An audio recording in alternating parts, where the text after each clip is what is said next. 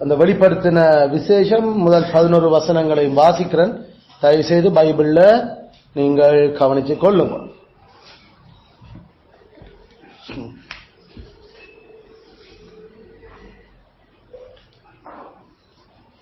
சீக்கிரத்தில் சம்பவிக்க வேண்டியவைகளை தம்முடைய ஊழியக்காரருக்கு காண்பிக்கும் பொருட்டு தேவன் இயேசு கிறிஸ்துவுக்கு ஒப்புவித்ததும் இவர் தம்முடைய தூதனை அனுப்பி தம்முடைய ஊழியக்காரனாகிய யோவானுக்கு வெளிப்படுத்தினதுமான விசேஷம். இவன் தேவனுடைய வசனத்தை குறித்தும் இயேசு கிறிஸ்துவை பற்றிய சாட்சியை குறித்தும் தான் கண்ட ஜாவற்றையும் சாட்சியாக அறிவித்திருக்கிறான். இந்த தீர்க்க தரிசன வசனங்களை வாசிக்கிறவனும் கேட்கிறவர்களும் இது எழுதியிருக்கிறதை கை கொள்ளுறவர்களும் பாக்கியவான்கள். காலம் சமீபமாயிருக்கிறது.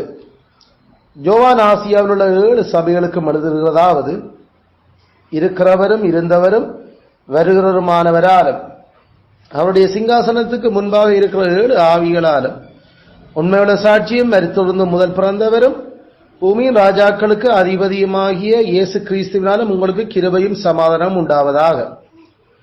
நம்மிடத்தில் அன்பு தமது இரத்தத்தினாலே நம்முடைய பாவங்கள நம்மை கழுவி நம்முடைய பிதாவாகிய தேவனுக்கு முன்பாக நம்மை ராஜாக்களும் ஆசாரியர்களுமாக்கின அவருக்கு மகிமையும் வல்லமையும் என்றென்றைக்கும் உண்டாயிருப்பதாக. ஆமேன். இதோ மேகங்களுடனே வருகிறார். கண்கள் யாவும் அவரை காணும். அவரை குத்தினர்களும் அவரை காண்பார்கள். பூமியின் கோத்திரத்தார் எல்லாரும் அவரை பார்த்து புலம்புவார்கள். அப்படியே ஆகும். ஆமேன். இருக்கிறவரும் இருந்தவரும் வருகிறவருமாகிய சர்வ வல்லமுள்ள கர்த்தர், நான் அல்பாவும் ஒமேகாவும் ஆதியும் அந்தவுமாயிருக்கிறேன் என்று திருவளம் பெற்றுகிறார். உங்கள் சகோதரனும் இயேசு கிறிஸ்துவின் நிமித்தம் வருகிற உபத்திரவத்துக்கும் அவருடைய ராஜ்யத்துக்கும் அவருடைய பொறுமைக்கும் உங்கள் உடன் பங்காளனுமாயிருக்கிற யோவானாகிய நான் தேவ வசனத்தின் நிமித்தமும் இயேசு கிறிஸ்துவை பற்றிய சாட்சி நிமித்தமும் பத்மு எனும் தீவிலே இருந்தேன். கர்த்தருடைய நாளில் ஆவிக்குள்ளானேன். அப்பொழுது எனக்கு பின்னாலே கால சத்தம் என்ற பெரிதான ஒரு சத்தத்தை கேட்டேன். அது, நான் அல்பாவும் ஒமேகாவும் முந்தினவரும் பிந்தினவருமாயிருக்கிறேன். நீ காண்கிறது ஒரு புஸ்தகத்தில் எழுதி ஆசியாவில் இருக்கிற எபேசு, சிமிர்னா, பெர்கமு, தியத்தீரா, சர்தை, பிலதெல்வியா, லவோதிக்கியா எனும் பட்டணங்களில் 7 சபைகளுக்கும் அனுப்பு என்று விளம்பினது என்பதே கர்த்தருடைய வார்த்தை. கர்த்தர் இந்த வேத வசனங்களை நமக்கு ஆசீர்வதித்து தருவாராக. ஆமேன். ஆமேன். பைபிள் வாசிக்க பைபிளை பார்க்கணும் இல்ல, யாரோ கொப்பியை தட்டி கொண்டு அதில் கவனமாக இருக்கவான். சரி, நாங்கள் இந்த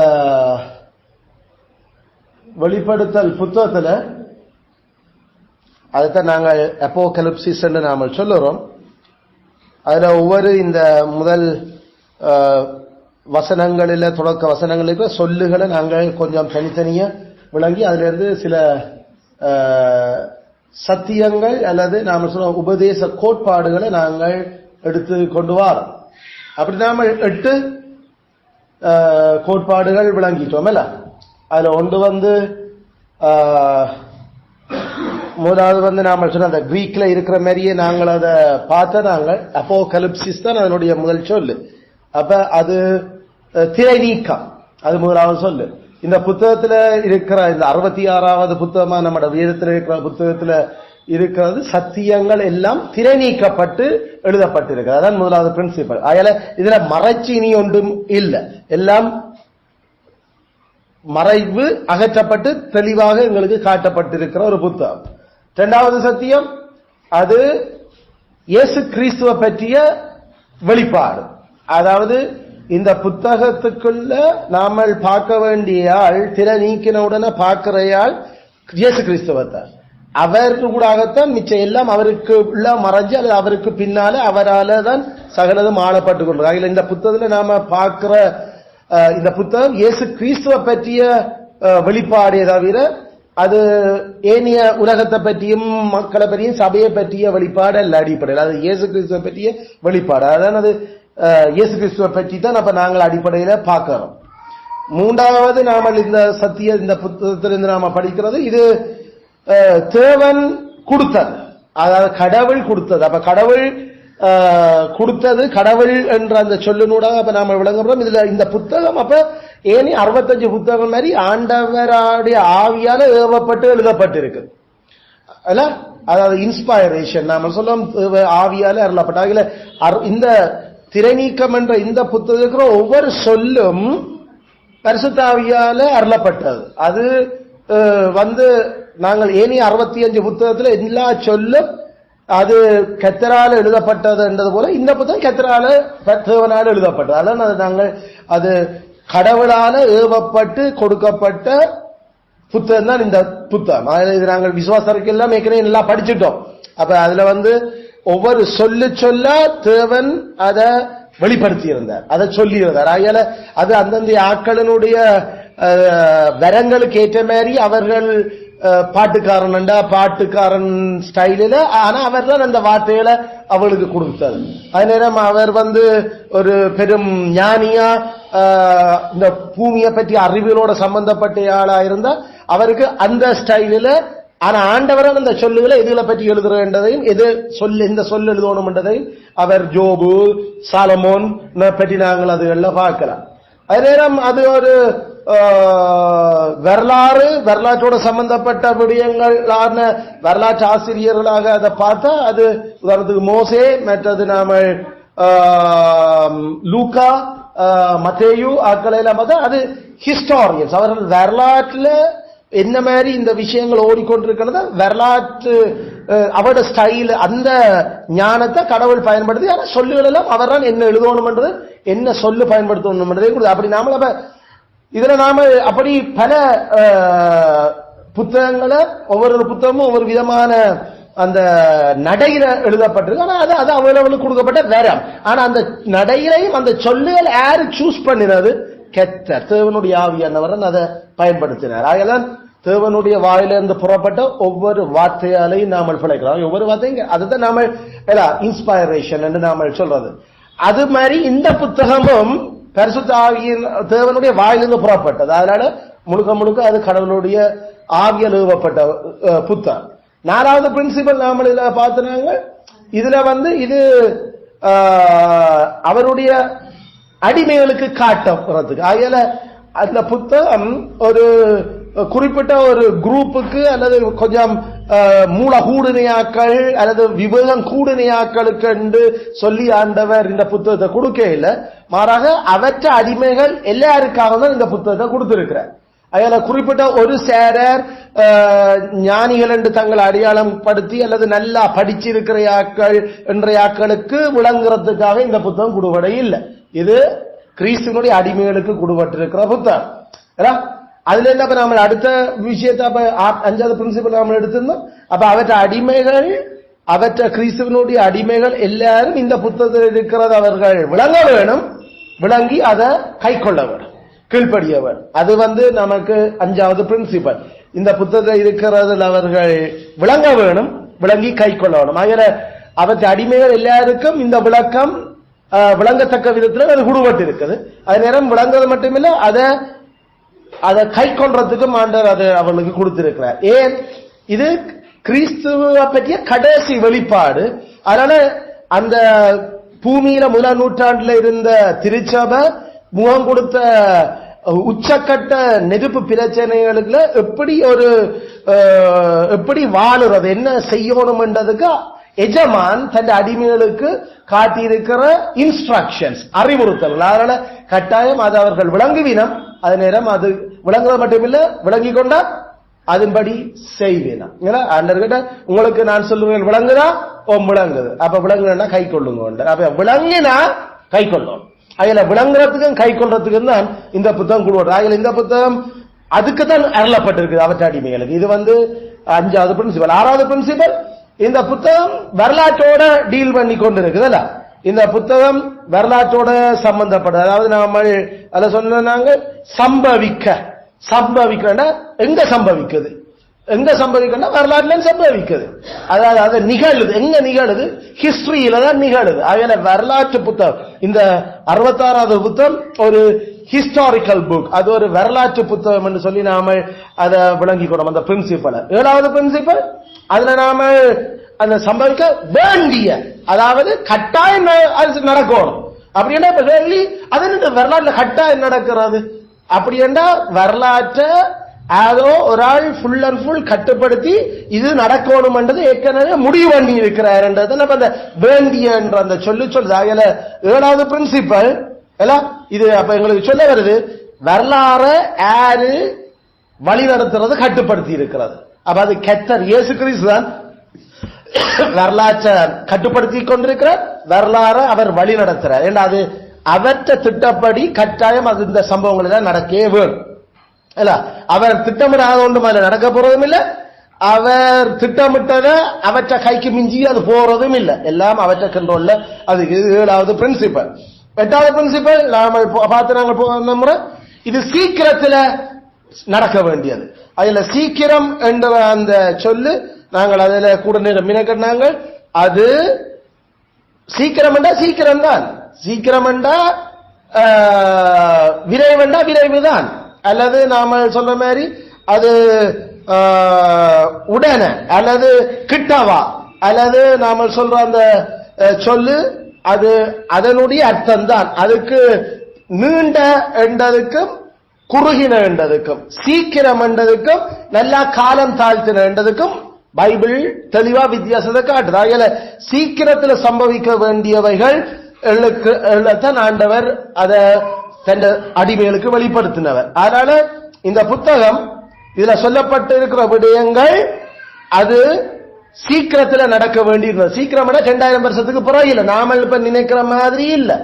நாம நினைச்சு கொண்டிருந்த நாம் நினைக்கிற ஒரு தவறான அணுகுமுறை இந்த புத்தகத்துல இருக்கிறது. இன்னும் 2021ஆம் நூற்றாண்டுலயும் ஃபுல்லா இப்படியே நடக்கணும் என்றதை நாம எதிர்பார்க்க இல்லை. இது 1ஆம் நூற்றாண்டு இந்த வெளிப்படுத்தல் கொடுக்கப்பட்டு ஜோவான் உயிரோடு இருந்த காலத்திலேயே இதுல இருக்கிற பல விஷயங்கள், இதுல இருக்கிற மிகவும் தெளிவான நிறைய விஷயங்கள் நடந்து வரை முடிஞ்சிருக்குது. அதே நேரம் எங்களுக்கு போக போக போக ஆண்டவர் அதுக்குள்ள இன்னும் நடக்காத சில விஷயங்களை எங்களுக்கு காட்டுற. அது சீஷர்கள் ஏற்கனவே இதை குறித்து கேட்ட கேள்விகளுக்கான விளக்கம் தான் அதுவும். அப்ப இதுகளுடைய இந்த தேவாலயத்தினுடைய அழிவுக்கு காலம் என்ன, உம்முடைய வருகைக்கான நேரம் என்ன என்ற அந்த 2 கேள்விக்கு பதில் மத்தேயு 24 இருந்து போய்கொண்டிருந்தது. அப்ப மத்தேயு 24 இருக்கிற அந்த அந்த விடயங்களைத்தான் இப்ப அது நடந்து கொண்டிருக்கிறத அந்த 24 சொன்னதைத்தான் இப்ப இங்க அவர்களை அனுபவிக்க தொடங்கியக்கல.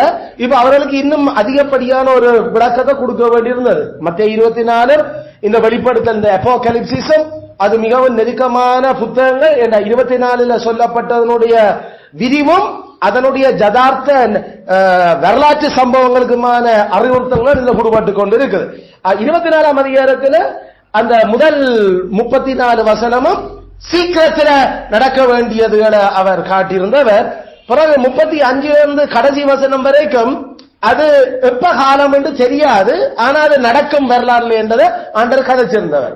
அதே விஷயத்தை தான் அவர் இங்கேயும் கதைக்கிறார். சீக்கிரத்தில் நடக்கிறேன் சீக்கிரம் வாரன் என்று சொல்லுற விஷயங்கள் அது உடனடியா சீக்கிரமா அப்போஸ்தலன் வாழ்ந்த காலத்துல 1ஆம் நூற்றாண்டுல ஏறக்குறைய நாம சொல்லலாம் கிபி 70ஆம் நூற்றாண்டுல இந்த புத்தகத்தினுடைய பல சீக்கிரமான விடயங்கள் நிகழ்ந்து இருக்குது. அதே நேரம் அதுல இருந்து அவர் அதை நீட்டி அவர் தான் 2வது வருகை வரப்போற அதையும் எப்படி அப்ப நடக்கும் என்றதுக்கான அந்த சூழமைகளையும் அவர் எங்களுக்கு அதில் கதைச்சிருக்கார். அதைத்தான் 24ஆம் அதிகாரத்திலும் அப்படித்தான் கதைச்சவர். மத்தேயு 24 அவர் அப்படித்தான் கதைச்சவர்.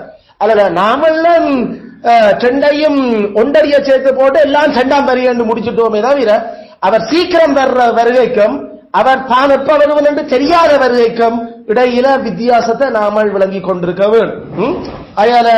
அதை நாங்கள் விளங்க சீக்கிரம் என்று கதைச்சா அது சீக்கிரம் தான். அது ஒரு நாள் 2000 ஆண்டு இல்ல, அது 2000 ஆண்டு இல்ல, அது கிபி 1ஆம் நூற்றாண்டு அல்லது கிபி இது கதைச்சு ஒரு குறிப்பிட்ட சில வருஷம் குறிப்பிட்ட சில மாசங்கள்ல இதுல இருக்கிறதுல நிகழ்ந்து இருக்கிறது. அதுக்காக அப்ப எல்லாமே நிகழ்ந்து முடிஞ்சதோ இல்ல இல்ல இல்ல. இதுக்குள்ள அவர் சொன்ன 2வது பெரிய கேள்வி இருக்குது. அதாவது நான் வந்து பூமியை முழுக்க ஆளுகிறேன் என்ற ஆட்சி செய்கிற அந்த நியாயத்தீர்ப்பு வெள்ளை சிங்காசன ஆட்சி, வலப்பக்கம் கொஞ்சம் பேர் இடப்பக்கம் கொஞ்சம் பேர், அது இங்கே கவப்படுது. அப்ப அது இன்னும் உலகத்தினுடைய முடிவு வேற இல்லை. ஆமா, தேவாலயம் முடிக்கப்பட்டது அவர் வர்ற அந்த வருகைக்கும் இஞ்ச காட்டப்படுது. அது நேரம் உலகத்தினுடைய முடிவுக்கும் அவர் வர்ற அந்த வருகைக்கும் இஞ்ச காட்டப்படுது. அதுல நாங்கள் ரெண்டையும் பிரிச்சு தெளிவாக பார்க்க வேண்டும் என்று நாமல் விளங்கிக் கொண்டோம். ஆனா திருப்பி திருப்பி நம்ம பார்த்தோம், சீக்கிரம் என்றா சீக்கிரம் தான். அது ஒரு நாளும் 1000 வருஷ கதை இல்லை, அல்லது 2-3 வருஷ கதையும் இல்லை. அது சீக்கிரமா நடந்த விஷயங்கள். அதை நாங்கள் அந்த சத்தியத்தை பார்த்தோம். அதுல நாம சீக்கிரத்துக்கு நாம ஒரு புது விளக்கம் கொடுத்துட கூடாது. அது அது அந்த சீக்கிரம் என்ற சொல்லினுடைய அர்த்தத்தையே குழப்பி போடுறது. அதுல இதை நாங்கள் அப்ப சீக்கிரமா கிறிஸ்து வந்தாரோ, கிறிஸ்து சீக்கிரமா வந்தார். அவர் என்னத்துல வந்தார்? மேகங்களுடனே வந்தார். மேகங்கள் எப்ப வந்தார்? அவர் பிரதான ஆசாரியர்கள் சொன்னார், இது முதல் மனுஷகுமாரன் மேகங்கள்ல வருகிறது நீங்கள் பாப்பியல் என்றார். அதனால மனுஷகுமாரன் மேகங்கள்ல வந்தது பிரதான ஆசாரியனும் காத்தாங்க. என்ன குத்துன யாவரும் மேகங்களோட வர்ற குத்துனவர்கள் யாவரும் பார்ப்பார்கள். இயேசு உண்மையா குத்துனவர்கள் அந்த அதை இயேசு சிலுவையில் அரைஞ்சவர்கள் உட்பட எல்லாரும் நேரடியா பார்த்தாங்க. அது மேகத்துல வந்தது.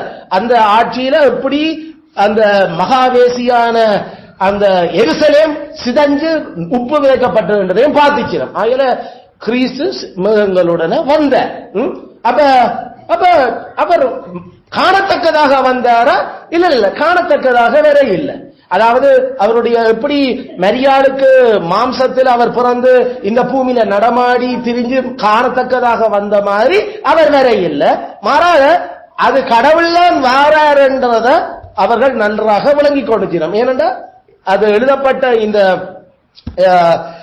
பைபிள நல்லா தெரிஞ்சிருந்த அந்த 1ஆம் நூற்றாண்டு மக்களுக்கு, அதுவும் ஜூதர்களுக்கு, எபிரேயருக்கு அல்லது பழைய ஏற்பாட்டு புத்தகத்தை நல்லா திறம்பட வாசித்தியாக்களுக்கு மேகங்களோட கடவுள் வாராரண்டா என்னன்றது வடிவா விளங்கினது. ஏனண்டா, நான் மேகங்களுடன் எகிப்தின் மேல் வருகிறேன், மேகங்கள் மேல் எகிப்துக்கு மேல வர்றேன்டா ஆண்டவர் ஏசாயத்திற்கு சில கதை கேட்கல. அப்ப எகிப்து எப்படி நாசமாக்க அவர் மேகங்களோட வந்தாருன்றது வடிவா பைபிள் தெரிஞ்சவனுக்கு விளங்கினது. அதனால எப்படி அவர் மேகங்களோட வாராருண்டா அங்க ஒரு ஆசீர்வாதமும் இல்ல, அங்க சப்பலடி சாம்பலும் தான். அதுல மேகங்களுடன் வர்றாருண்டா ஐயோ புலம்பல், அவ்வளவுதான். அதுதான் இங்க இதோ மேகங்களுடன் வார பூமியின் கோத்திரத்தை புலம்புவியல். அயல அது அப்படியே ஆகும். ஆமே, ஏன் அப்படியே ஆகும்? ஏற்கனவே அவர் அப்படி வந்திருக்கிறார் பல சந்தர்ப்பங்கள்ல, இப்பயும் மேகங்களுடன் அவர் வர்றார். அதனால இயேசு கிறிஸ்து தான் மனுஷகுமாரன் வர்றது மத்தேயுல அவர் கதைச்சதுல நாம போன முறை பார்த்தாங்க. அவர் சீக்கிரமா 1ஆம் நூற்றாண்டுல கிபி 70 மேகங்களுடன் வந்து அவர் அப்பயும் சூரியன் இருண்டு போனது, சந்திரன் சிவப்பா மாறினது, இதெல்லாத்தையும் நாங்கள் போன முறை விளங்கிக்கணும். அதுக்கு நமக்கு 1ஆம் நூற்றாண்டு வரலாறு வடிவா தெரியணும். நமக்கு தான் வரலாறுல பெரிய அது தெரியாது. அட்லீஸ்ட் பைபிள் வரலாறு நாம விளங்க வேண்டும். சோ இதுகளை நாங்கள் 8 பிரின்சிபல் போன முறை விளங்கி இருந்தோம். இப்ப இன்றைக்கு நாங்கள் பார்க்க போற அடுத்த முக்கியமான அந்த அடுத்த சொல்லு இதுல எங்களுக்கு எப்படி வருதுன்னு சொன்ன,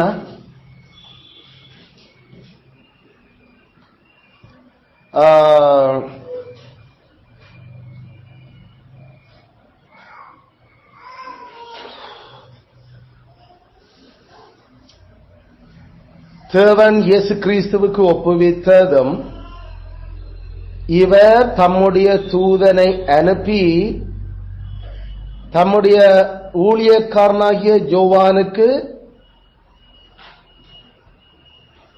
அடையாளப்படுத்தினதுமான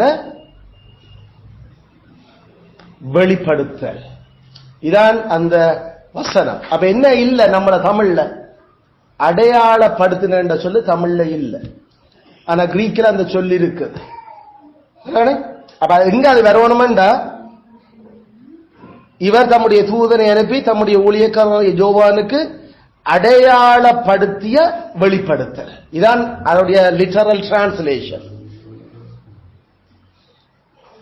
அடையாளப்படுத்திய. தமிழ் பைபிள்ல அது இல்ல, ஆனா இங்கிலீஷ் பைபிள்ல இருக்குது அந்த சொல்லு.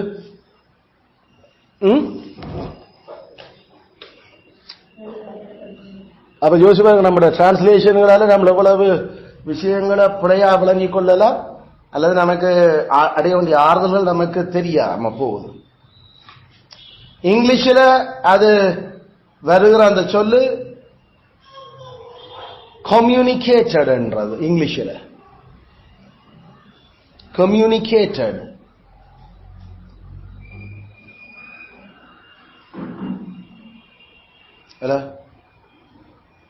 கம்யூனிகேட்டட் நாம அதை சொல்ல போறோம். அல்லது கேஜேவி பைபிள்ல அது சிக்னிஃபைடு என்று அது விழுது. சிக்னிஃபைடு இங்கிலீஷ் பைபிள்ல நாம பயன்படுத்துற கேஜேவி பைபிள்ல சிக்னிஃபைடு. சிக்னிஃபைடு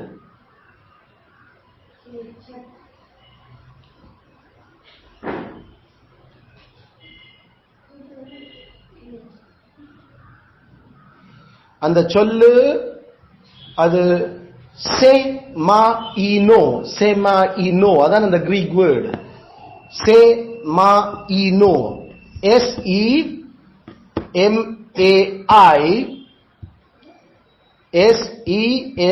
SEMAINO இதனுடைய கிரீக் வேர்ட் கிரீக் லெட்டர்ஸ் எடுனா சரி. நீங்க செமாயினோ செமாயினோ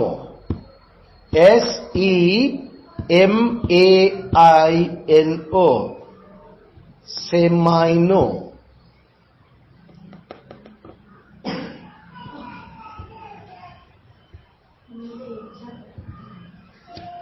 அது எப்படி இங்கிலீஷ்ல வருதுண்டா and he sent and signified it by his angel.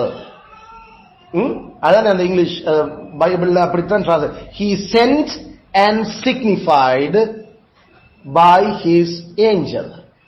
தனது தூதனை அனுப்பி அடையாளப்படுத்தினதுமான வெளிப்படுத்தல். அப்ப அந்த செமாயினோன்ற அந்த ஹீப்ரு கிரீக் வேர்ட் தமிழ் பைபிள்ல டிரான்ஸ்லேட் பண்ணப்பட இல்லை. அது நமக்கு தமிழ் சொல்லவில்லை இல்லை.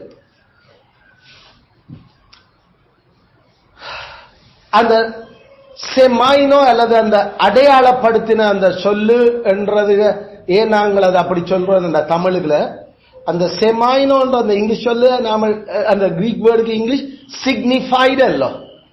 அதை ரெண்டா பிரிச்செழுதுனா அதை சொல்லுற விதத்துல SIGN சைன் இஃபைடு அல்ல SIGN அதை எழுதுங்க SIGN சைன் அதை பிரிச்செழுத வரும் SIGN டேஷ் போட்டு IFIED அதாவது சைன் இஃபைடு.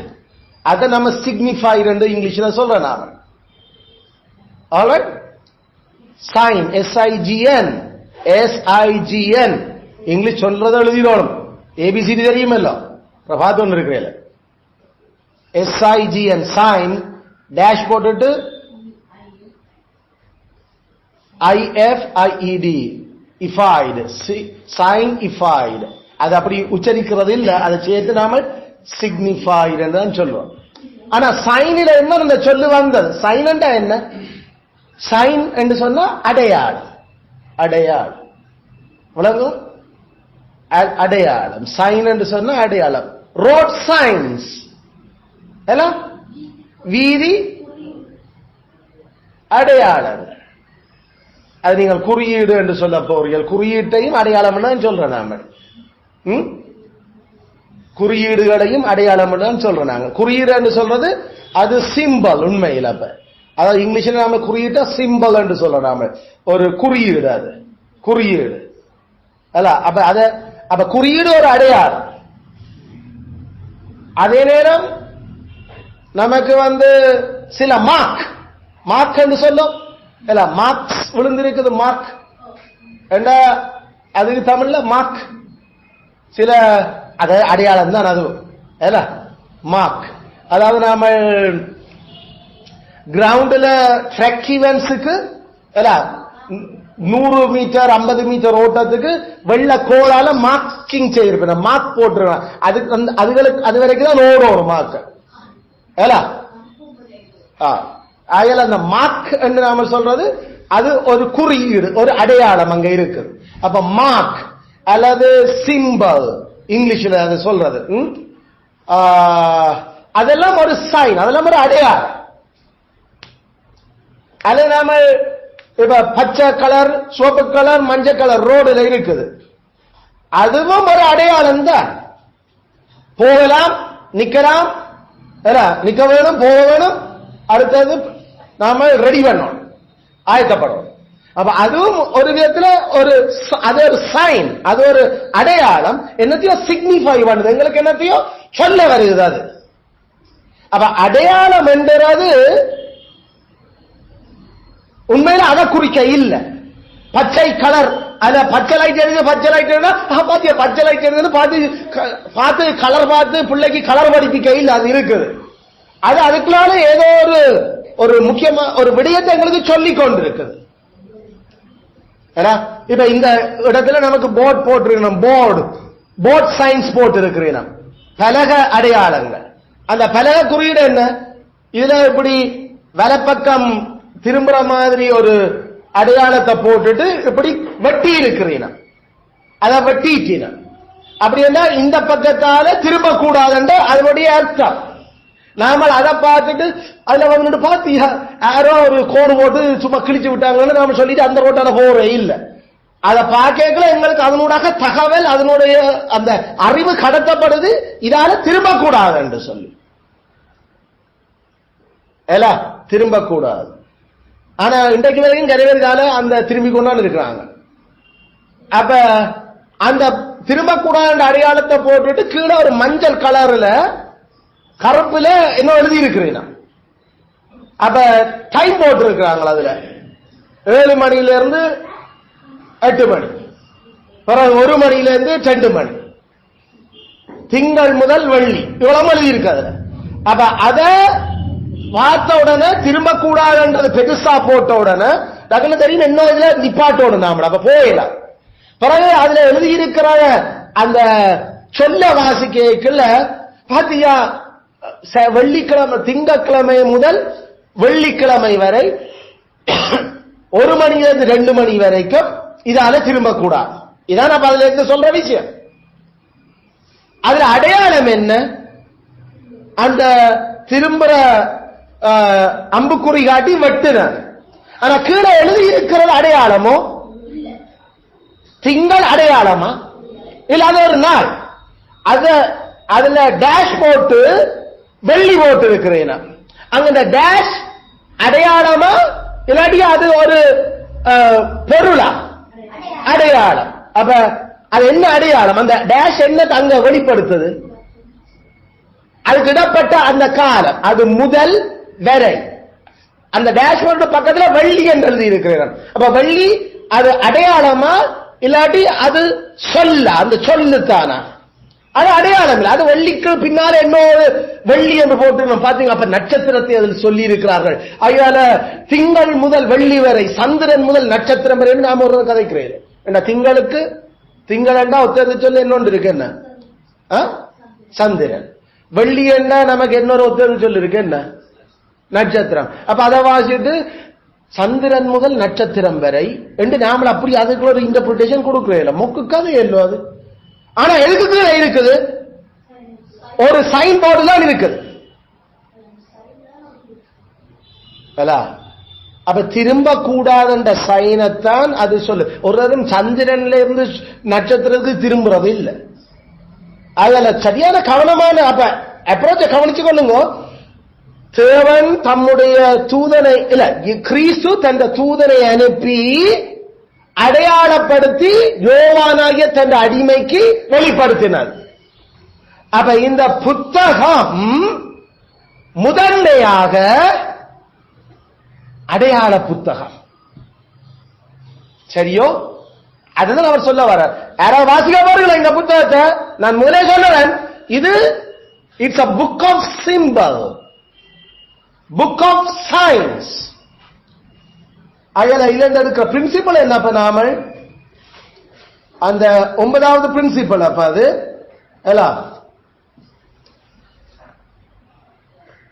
இந்த வரலாற்று புத்தகத்தின் சம்பவங்கள், இந்த வரலாற்று புத்தகத்தின் சம்பவங்கள்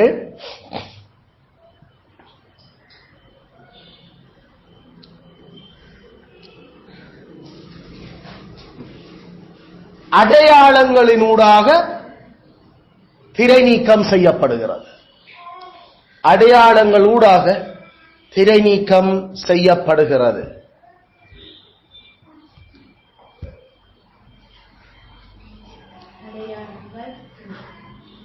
இந்த வரலாற்று புத்தகம் நிகழ்வுகள் அடையாளங்களினூடாக திரை நீக்கம் செய்யப்படுகிறது.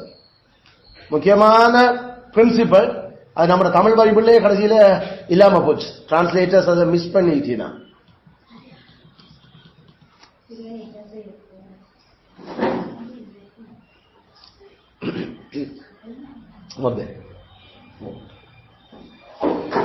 We must see the historical events. We must see the historical events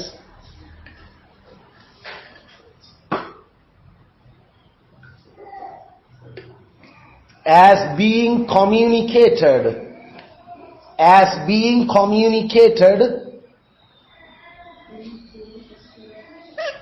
historical events as being communicated via symbols.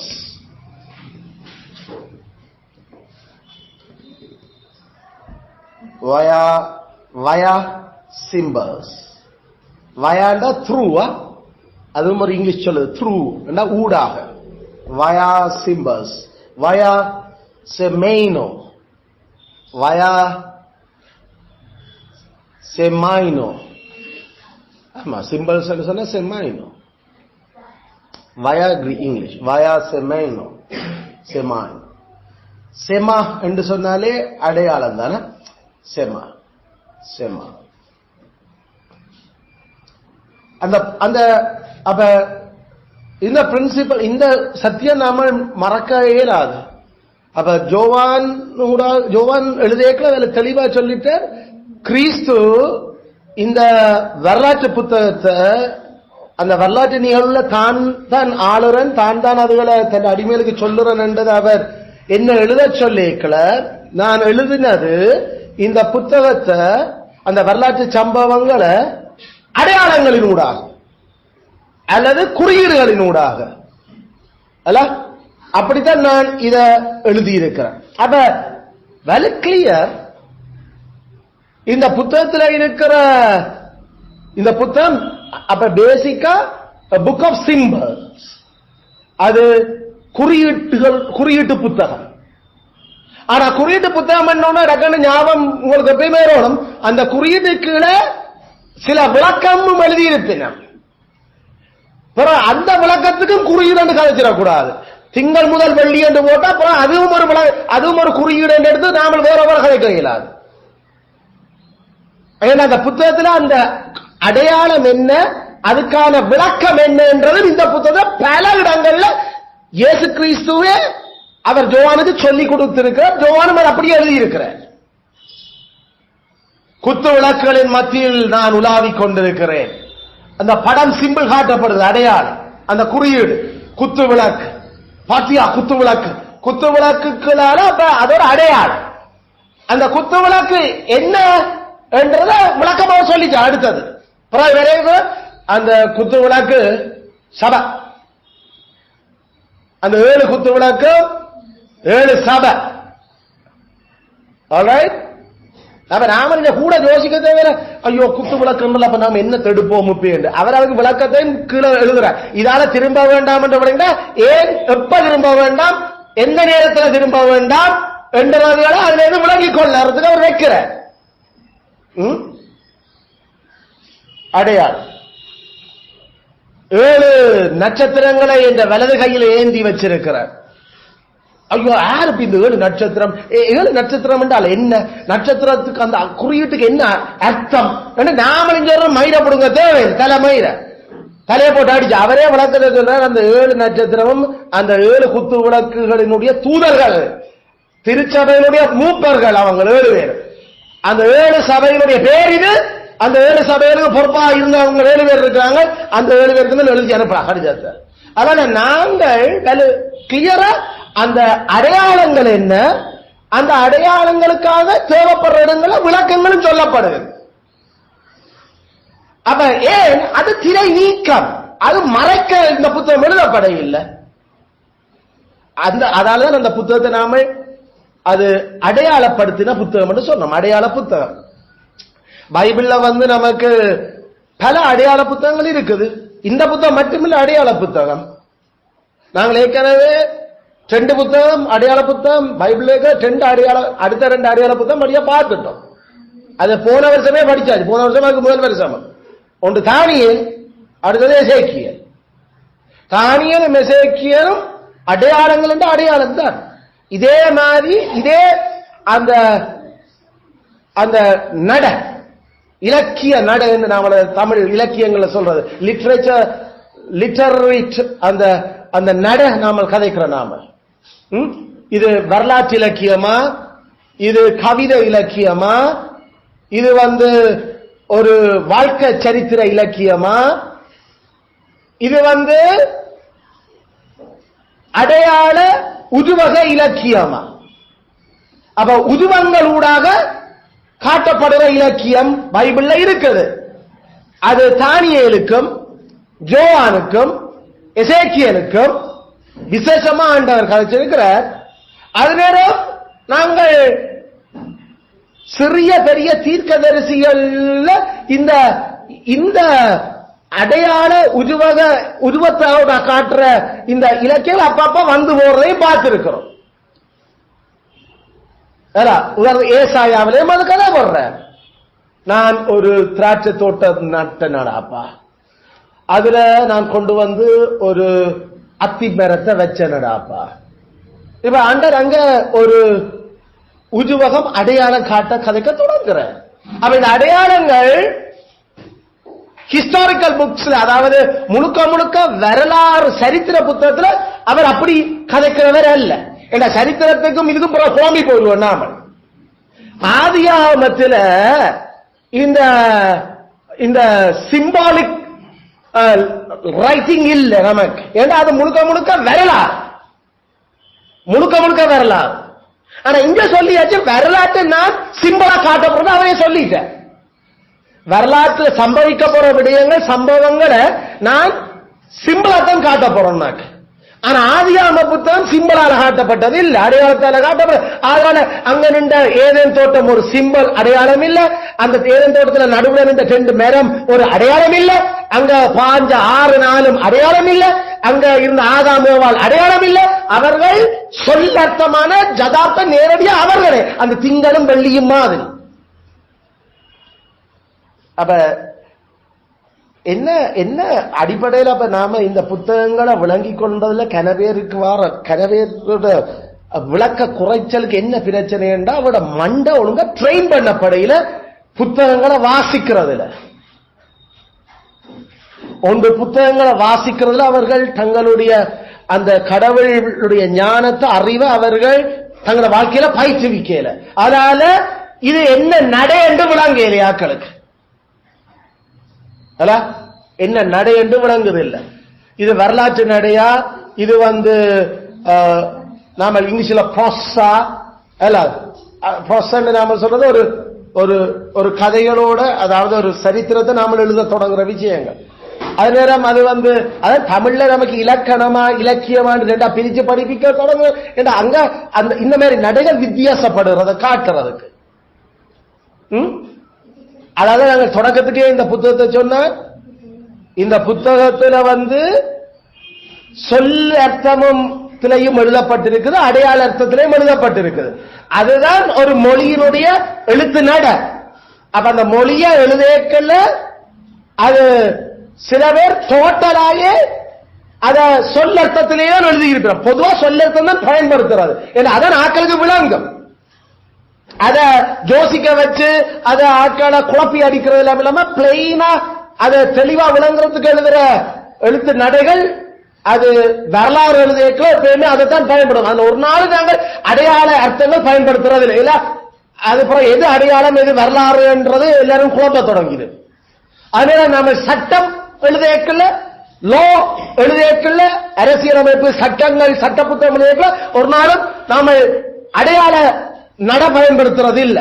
ஏண்டா அதுவும் ஒரு அடையாளம் தான் கணவர் கடைசியில சொல்லுக்கு அதுக்குள்ள வேற மறைஞ்சிருக்கட்டு வேற வேற இன்டர்பிரிட்டேஷன் விளக்கங்கள் எல்லாம் கொடுக்க தொடங்கிடுவாங்க. அதனால சட்டமோ வரலாறோ ஒரு நாளும் அடையாளங்களை பயன்படுத்துறது இல்லை. அது இயலுமானவரை அடையாளங்களை தவிர்த்து அப்படி அடையாளம் பயன்படுத்த வேண்டாம். அந்த அடையாளத்தை இதுல அடையாளமா பயன்படுத்த சொல்லிடுவாங்க.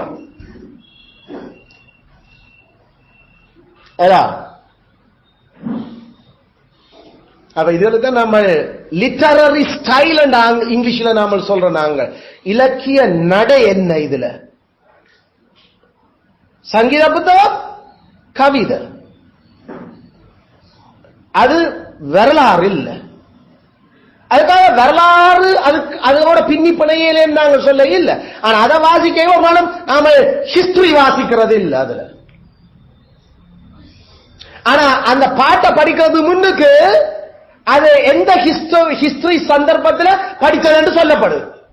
அப்ப எங்களுக்கு தாவீது சவுலினால் துரத்தப்படுகிற பொழுது தப்பியோடும் பொழுது பாடிய பாடு.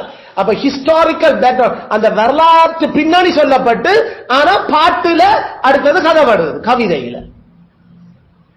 அப்ப கவிதையை படிக்கிறதுக்கு அந்த கவிதைல பயன்படுத்துற சொல்லுகள் அது என்ன மாதிரி இருக்கும், அதனுடைய அது உயர்வு நவிச்சியா, அது வஞ்ச புகழ்ச்சியா, அது மிகைப்படுத்தலா, அல்லது அது உள்ளது போல இல்லாததை சொல்லுறதா என்ற அந்த மொழி நட அறிவு கட்டாயம் தெரிஞ்சிருக்க வேண்டும். ஆண்டவர் எதிர்பார்த்திருந்த தன் அடிமைகள் இந்த மொழி அறிவு தெரிஞ்சியாக்கள் என்றது. மொழி அறிவு இல்லாதவனுக்கு அந்த மொக்குகளுக்கு இல்ல கடவுள் பைபிள் கொடுத்தார். இதை வாசிக்கிறவனும் இதை கேட்கிறவனும் அதன்படி செய்கிறவனும். ஒரு ஆள் செய்யணும்டா அதுக்கு முதல் விளங்கணும்டா அது என்ன மொழி நடைன்றது தெரியணும். அதனால கிறிஸ்துவனுடைய மக்கள் மொக்குகள் இல்ல. கிறிஸ்துவனுடைய பிள்ளைகள் இந்த இலக்க மொழி நட தெரியாத ஆட்கள் இல்லை என்றது அங்கே அனுமானிக்கப்பட்டிருக்கிறது. அதெல்லாம் ஆண்டவர் தன் அடிமையில் எல்லாருக்கும் அதை வெளிப்படுத்துற. கிறிஸ்துவோட இருந்தா அத கிறிஸ்துவோட இல்லாதவனே அடையாளம் காணவன். இவங்க கிறிஸ்தவர்கள் அதான் உங்களுக்கு விளங்கி இருக்குது. ஏண்டா பேதுரு யாக்கோபு ஜோவானாக்களுடைய பேச்சும் நடைகளும் அவர்களுடைய இலக்கியங்களும் எழுத்துகளும் அங்க மெத்த படிச்சவங்களுக்கு நல்லா விளங்கினது. இவங்களுக்கு இப்படி எல்லாம் கதைச்சு இப்படி எல்லாம் இந்த ஞானம் இயேசுவோட இருந்து யாக்கள் என்ன அல்ல இயேசுவோட இருந்தா உண்மையா இயேசுவால மீட்கப்பட்டா மொழி தெரியாம இருக்க மாட்டேன். அதான் இந்த பிரின்சிபல். ஏன்னா மொழி தெரியாட்டி பைபிள் தெரியாது, சத்தியம் தெரியாட்டி பெரும் வெற்றிக்கப்படுற அல்ல வெற்றிக்கப்படுற நான் பைபிள் வாசிக்க தெரியாண்டா பெரும் பிரச்சனை. வெற்றிக்கப்பட்டிருக்கான் எனக்கு விளக்கம் இல்லை என்ற பிரச்சனை. ஏன்னா கடவுள் விளங்கிக் கொள்ள வேண்டும் என்றால் மொழியில தந்திருக்கிற கடவுள் அந்த சொல்லுகளுடைய அர்த்தம் உனக்கு விளங்கிய வேணும், நீ விளங்கிக் கொள்ள வேண்டும் இதில் எழுதி தந்திருக்கிற. ஐயோ எனக்கு பைபிள் வாசிக்க தெரியாது, அது ஒரு சாபம், அது ஒரு கடவுளுடைய கோபம் என்று பைபிள் சொல்லுது. இந்த புத்தகத்தை எடுத்து குர்ரா அவன் சொல்லுவான் எனக்கு வாசிக்க தெரியாது என்றுவான். ஆண்டவர் தன் கோபத்தின் வெளிப்பாடத்தான் கதைக்கிற. உண்மையில எழுத வாசிக்க தெரியாத இனங்கள் கடவுளுடைய கோபத்தினுடைய வெளிப்பாடு அடிப்படையில். மொழி அறிவுகள் மொழி எல்லா மனுஷருக்கும் கூடுபட்டது. அது நோவாவினுடைய 100 ஆண்டுகள பெருவலிருந்து 100 ஆண்டுகள பிரிவட்ட பாதையில எல்லாருக்கும் மொழி கூடுபட்டது. அதன் மொழி என்ன அர்த்தத்தில் கதப்படுது என்று தெரியாதுன்னு நீ சொல்லுவ. அப்ப பெற்றாச்சப்பட அது சொல்லிக் கொடுக்க. அப்ப கிறிஸ்துவோட ஞானம் இல்லையே அங்க. கிறிஸ்துவோ எங்கட ஞானம், அவர் தான் மொழியை படைச்சவர். அதனால உன்னை எந்தெந்த மொழியில படைச்சிருக்கிறாரோ அந்தந்த மொழியில பைபிள் வாசிக்க தெரியாட்டி அது கடவுளுடைய கோபம் இன்னும் நிலைச்சு நிற்கின்ற அர்த்தம். அதனால நாங்கள் எங்களோட சம்பந்தப்படுற பைபிளை எழுத்து கூட்டியாவது வாசிக்க வைக்க தொடங்கிடுறோம். அதெல்லாம் நாங்கள் 3 வயசுல பிள்ளைகளுக்கு பைபிளை வாசிக்க படிப்பிக்கிறோம். மற்ற அம்மா அப்பா வாசிக்க தெரியாட்டி பரவாயில்லை. ஏன்னா அது தெரிஞ்சாதான் இந்த ஜீவனத்துக்கும் இனி வரப்போற ஜீவியத்துக்கும் அது பிரயோசனம். அதனால மிஷனரிகள் இந்த காட்டுக்குள்ள வாழ்ந்த ஆக்கள் மாதிரி இருந்த ஆக்களுக்கு முதல் படிப்பிச்சாங்க. ஏண்டா மொழிய அவங்க தமிழ் மொழிய தாங்கள் இவங்க என்னன்றா இந்த மொழிய கதைக்கிறாங்க, அது என்ன சூட்சுமம் இருக்கு, இது என்ன குத்து மிசிறி ஒண்ணு போடாம என்ன இது ஒரு குறிப்பிட்ட கொஞ்சம் பேர் மட்டும்தான் இதை இப்படி எல்லாம் கதைக்கிறாங்க, அவங்க மட்டும்தான் இப்படியே கதைச்சு புத்தகம் எல்லாம் எழுதுறாங்க, மிச்ச சனம் ஒன்றுக்கும் ஒன்றும் தெரியுது இல்லை, இது அது பார்த்தா அந்த சைவ அந்த பெரிய ஆக்கள் தாங்கள் தமிழ் தாங்கள் தான் பெரிய ஆக்கள் நினைச்சு கொண்டு அது படிப்பெல்லாத்தையும் அடக்கி வச்சுக்கொண்டு அதை எழுத வாசிக்க தெரியாம அது கை நாட்டிலே ஆக்களை நடத்தி கொண்டிருந்தது. ஆர்ம நாவலர் போல அந்த காலத்து அதுக்கு முன்னுக்கு இருந்ததுகள் எல்லாம். உங்களுக்கு இருக்கிற படிப்பு உங்களுக்கு எல்லாம் மூளை எல்லாம் தேவையில்லை. நீங்கள் ஏண்டா உங்களுக்கு மெய்க்கடவுளை தெரியாதானே. ஆனா மெய்க்கடவுளை நாம தெரிஞ்சுக்கிறபடியா அந்த கடவுள் தன்னை எழுத்துலதான் வெளிப்படுத்தி இருக்கிறபடியால அந்த எழுத்தை படிக்கணும்ன்றதுக்கு அவங்க எழுத்துக்களப்படி கடைசியில ஜிஜு போப் எல்லாம் அதே மாதிரி நமக்கு பல கடவுளுடைய மக்களை நாம சொல்லலாம். நம்ம எல்லாரும் கடைசியில தமிழுக்கே அவங்க தொல்காப்பியருக்கு பிறகு இலக்கணம் உரைநடையில் எழுதிட்டு போறாங்க. தொல்காப்பியர் அவர் செய்யுள் வடிவத்தில் இலக்கணம் அமைச்சிருந்தவர், அதுவும் பாட்டு ஸ்டைலில். ஆனா வந்த கிறிஸ்டியன் மிஷனரி இப்படி இருந்தா இல்லாச்சனத்துக்கு விளங்காதுன்னு உங்களுக்கே தெரியுது. நாமளே இப்ப படிக்கிற பல பாட்டுகள் அந்த காலத்துல இருந்து நமக்கே விளங்குது. அதற்கு இலக்கியம் என்று தனிய ஒரு பாடம் எழுதி அதை படிச்சு கொண்டு இருக்கிறோம். இலக்கியம் என்ற பாடத்துல செய்யுள்ளான் பாடமே நடக்குது. அப்ப நம்மட காலத்திலேயே அது விளங்காம அதுவும் தமிழ் தெரிஞ்சாக்குன்னா கடைசியா செய்யுள் தெரிஞ்சியாக்கள். அப்ப எப்படி இருந்தது அந்த காலத்துல சாதாரண தமிழ் குடிமக்களுக்கு மொழி தெரியாது. அதனால அவங்க நிப்பாற்றா இது எல்லாத்தையும் மொழி கொடுக்கப்பட்டது கருத்துக்களை பரிமாறுறதுக்கு. நீ உங்களுக்குள்ளே கருத்து அடக்கி வச்சு கொண்டிருக்க. இது அந்த நொஸ்டிக்ஸ் மாதிரி, கிரேக்க நொஸ்டிக்ஸ் மாதிரி, அதாவது ஞானவான்கள் மாதிரி உங்களுக்குள்ளே கணக்குறீங்க. கடவுள சாயல் எல்லாரும் இருக்கிறான், அதனால அவனுக்கு கடவுள சத்தியத்தை வெளிப்படுத்துறதுக்கு புரிகிற விதமா படிப்பு, அதுக்கு மொழி தெரியணும் என்று அவங்க படிப்பிச்சாங்க. அதனால இதுகளை நாமல் விளங்கிக் கொள்றதுக்கு அதை நாம அதே பற்றன நாங்களும் பிள்ளைகளுக்கு ஏன் மொழி படிப்பிக்கிறோம்? நாங்கள் தமிழ், இங்கிலீஷ், சிங்களம், கிரீக் இதெல்லாம் நாங்கள் ஏன் மினக்கடுறோம்? ஏனென்றா கடவுள் தன்னை வெளிப்படுத்தி இருக்கிற அந்த மொழிகளை, குறிப்பாக தமிழ் மொழி, இங்கிலீஷ், அடுத்தது கிரீக், ஹீப்ரு, அது சரியான முக்கியமா நாம எடுக்கிறோம். சிங்களம் அடுத்த நாம யோசிக்கணும் என்ற நாம வாழ்ற அயல் இனத்தினுடைய மொழி. அப்ப இதுகள் எல்லாம் விளங்கினா நாங்கள் எங்களை கருத்துக்களை, எங்களை யோசனையில கடவுள சத்தியங்களை அவர் மெனுக்குலத்து வச்சிருக்கிற உண்மையில அவர்களுக்கு புரியும்படி படிப்பிச்சு அவளை கை கொள்ள வைக்கிறதுக்கு. மற்றபடி மொழி விற்பனா மொழியில அவர் BA, MA, PhD, MPhil, PPhD எல்லாம் எடுக்கிறதுக்கு இல்ல. கடைசியில அது அப்படியே செத்து போகும், தான் படிச்சு போட்டு மற்றவர்களுக்கு மொழி தெரியாது. அதுல வர புழு படிக்கிறது மற்ற ஜனத்துக்கு சொல்லிக் கொடுக்கிறது. இது அவிசுவாசிகளான இந்த தமிழருக்கு படிக்கிறதே ஒரு பெருமையாக, தங்களுக்கான பெருமைக்கு. ஆனா வந்த மிஷனரிமார் எல்லாம் தங்களுடைய மொழி இல்லாத இந்த மொழியில கரைச்சு குடிச்சு பாண்டித்யம் பெற்று தமிழ் மொழிக்க வளம் சேர்த்து கொளிக்க வச்சுட்டு போயிருக்கிறாங்க. அது பைபிளுக்காக, பைபிளை படிச்சதால. அவங்களுக்கு ஏன் மொழிய கடவுள் படைச்ச மொழி மொழி எங்கட மொழி முன்னுக்கு வந்தது, எங்கட மொழி பின்னுக்கு வந்தது, இது இடைக்கிற பூந்த மொழி என்றெல்லாம் அவங்க கதைக்கிற மொழி. நோவாட காலத்துல பாபேல கடவுள் 70 மொழிய படைச்சு விட்ட அந்த குடும்ப 70 மொழி குடும்பங்களுக்கு எல்லாம் இப்ப எல்லா மொழியும் இருக்குது. அதனால அந்த கடவுள் பல குழுக்களை தண்டசாலையில படைச்சிக்க அந்த மொழிகள் இருக்கக்கூடிய நாம எல்லாருக்கும் சுவிசேஷம் அறிவிக்கணும். அத கடவுள் மத்த 28 சொல்லியிருக்க. அதை நாம எல்லாரும் போய் சுவிசேஷத்தை அறிவிக்கணும். அது எழுத்திலையும் பேச்சிலையும் விளங்கத்தக்கதாய் போ. அதனால அவங்க அதுகளை செய்தாங்க. அப்ப பேசிக்கா இந்த வெளிப்படுத்தல் புத்தகம் அல்லது இந்த திரை நீக்கம் சரித்திர நிகழ்வுகள், அது அடையாள மொழியினூடாக பெருமளவில் அடையாள மொழியினூடாக எழுதப்பட்டிருக்கிற ஒரு புத்தகம். இட்ஸ் signified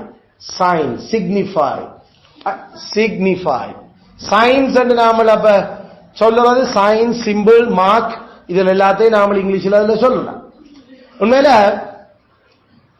இந்த சொல்லு ஜோவான் தந்த சுவிசேஷத்திலும் இதே சொல்லு பயன்படுத்தி இருக்கிறார்.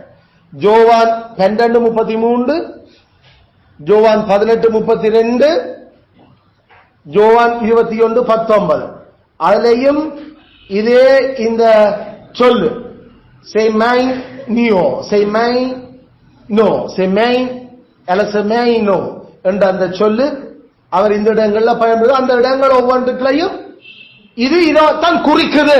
அவர் தாம் அடைய போகிற மரணம் இன்னதென்று குறிக்கும்படி அவர் இப்படி கதைச்சார். அப்ப அந்த குறிக்கும்படி அந்த குறியீடு என்று அந்த சொல்ல அங்க விழுந்திருக்கு. இது யோவானுக்கு புது சொல் இல்ல, இது ஏற்கனவே விளங்கின தெரிஞ்ச சொல். சரியோ? இப்ப நம்மட அடுத்த பிரச்சனை என்ன? ஒன்று மொழி என்றது சொல் அர்த்தத்திலையும் அடையாள அர்த்தத்திலையும் இருக்கின்றத பிரிச்சு பார்த்து படிச்சு எங்கட மூளைகள் அப்படி அதுல பயிற்சி எடுக்க இல்லை. அது ஒரு பெரிய பிரச்சனை. நேரடியா பைபிளை கொடுத்த உடனே பைபிள்ல ஏதோ இருக்கிறது எல்லாமே சொல் அர்த்தத்தில் இருக்குன்னு நினைச்சிடுறோம். அதுக்கு நமக்கு அந்த புனை கதைகள் புனை கதைன்னா கதையொண்ட இல்லாதொண்ட புனைகிறது, இல்லாதொண்ட புதுசா சொல்ல வலிக்கிறது. கடவுள் அப்படி புனை கதை கதைச்சிருக்கிறார். ஏசாயா 14வது அதிகாரம் 15வது அதிகாரம் ஒரு புனை கதை. ஏசாயா அந்த தோட்டம் நட்டது ஒரு புனை கதை. அது உலகத்தில் அப்படி அவர் செய்ய இல்லை, அப்படி ஒரு நடத்த இல்லை. என்னென்ன திராட்சை தோட்டத்துக்கு ஒரு அத்திமரம், அது ஒரு புனை கதை. ஆனா புனை கதையினூடாக அவர் புனைகிறது என்று சொல்றது அதை உருவாக்கி எடுத்து அதை கதைக்க வலிக்கிறது. இப்படி ஆண்டவர் பல கதைகள் கதைச்சிருக்கிறார்.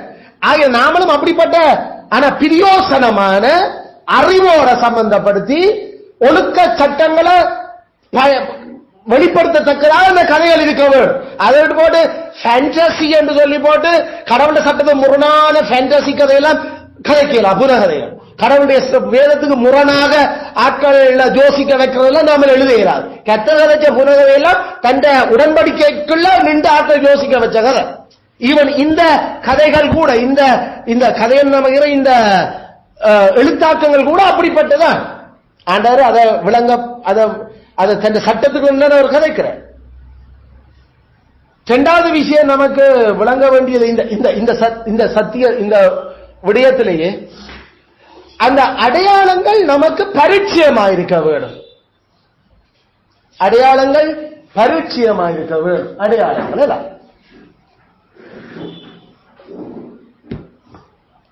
அடையாளங்கள் குறியீடுகள் பரிச்சயமாயிருக்க வேண்டும். ஒன்று சொல்லர்த்தம் மற்றது அடையாளர்த்த இலக்கியங்கள்ல நாம பரிச்சயமா இருக்க வேணும். அடுத்தது அந்த அடையாளங்கள் பரிச்சயமா இருக்க வேணும்.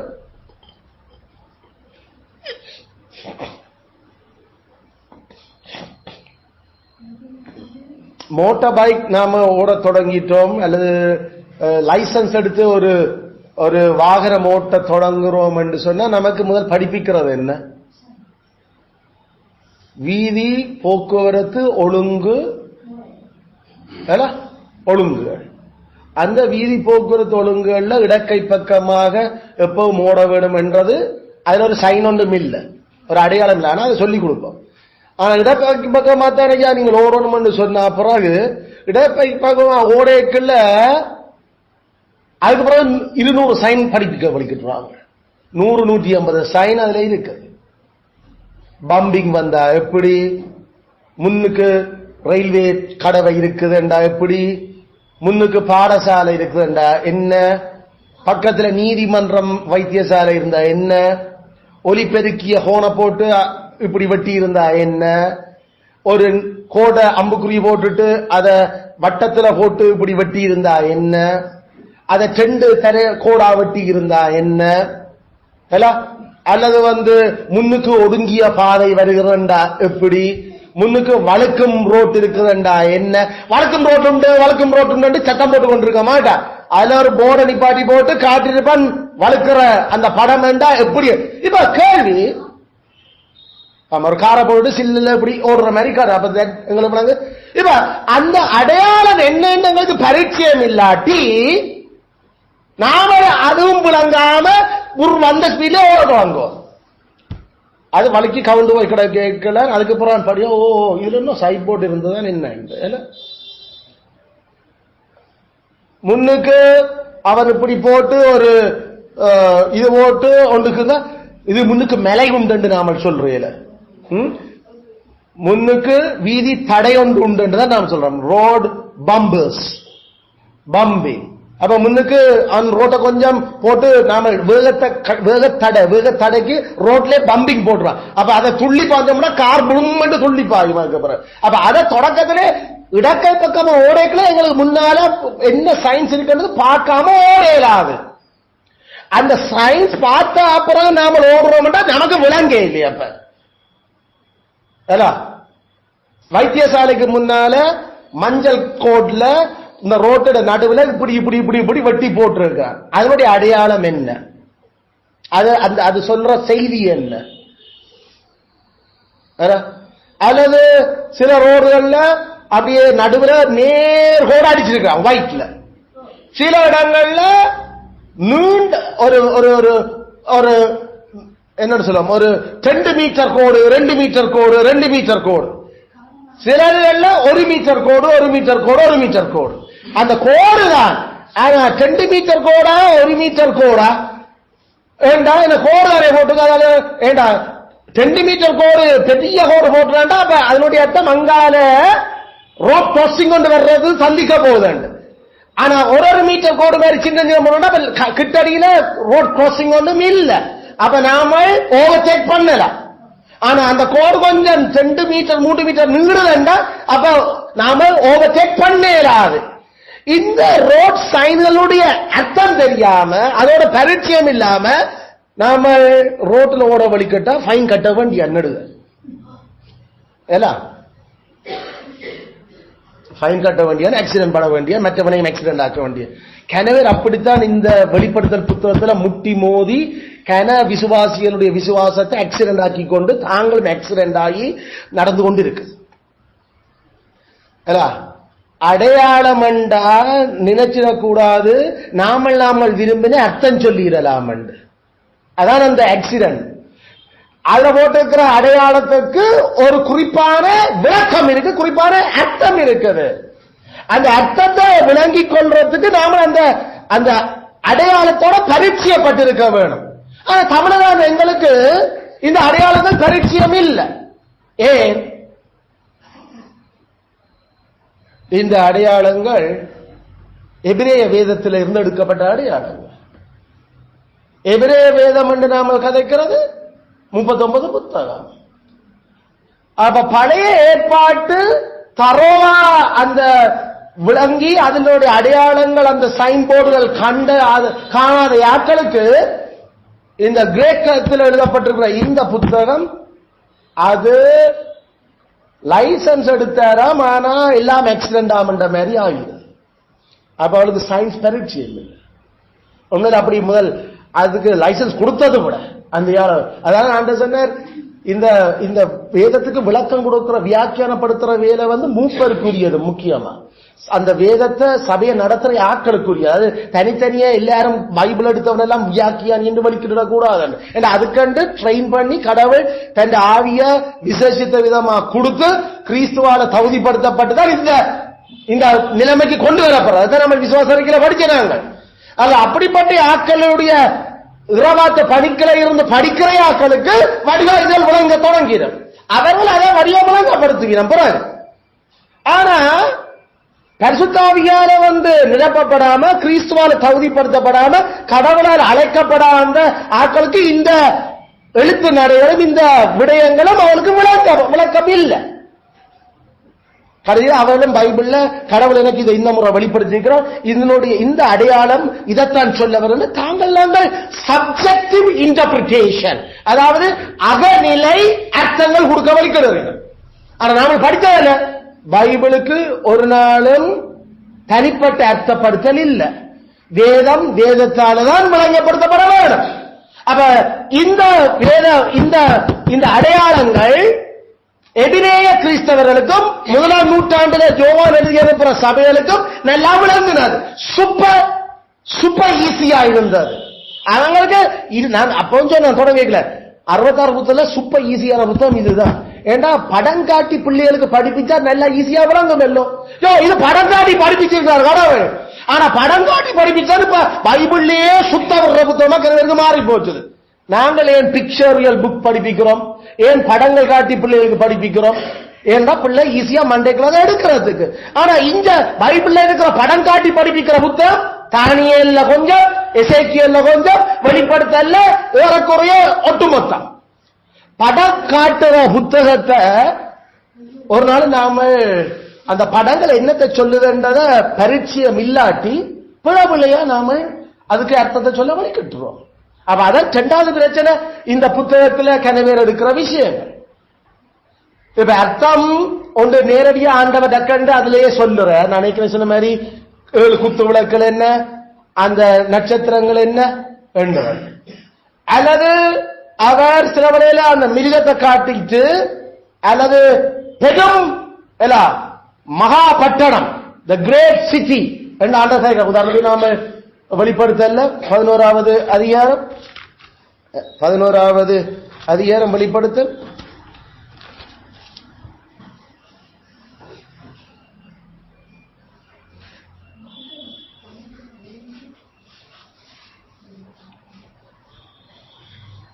அந்த 11வது அதிகாரத்தில் ஒரு படம் காட்டி கொண்டு போற. அந்த படம் மகா நகரத்தை பற்றி எங்களுக்கு கதைக்கப்படுது. 8ஆம் வசனம் வாசிங்க. That's right. So the great city, மகாநகரம். இப்ப மகாநகரம் என்ற அந்த சொல்லு இந்த அதிகாரத்தில் அது அந்த நகரம் வாசிங்க.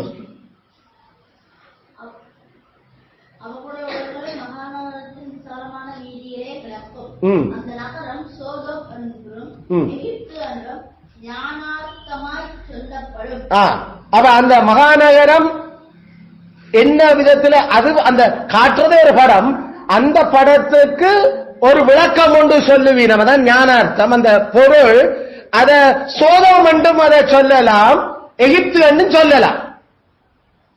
ஓகே, சொல்லலாம். அடுத்த வசனம் இல்ல ஞானத்தை சொல்லப்படும். இப்ப அதிலே என்னது, அந்த மகாநகரத்திலே சூப்பர். இப்ப நம்முடைய ஆண்டவர் எங்க சிலுவை, எந்த நகரத்தில் சிலுவையில் அறையப்பட்டவர்? எருசலேமில்.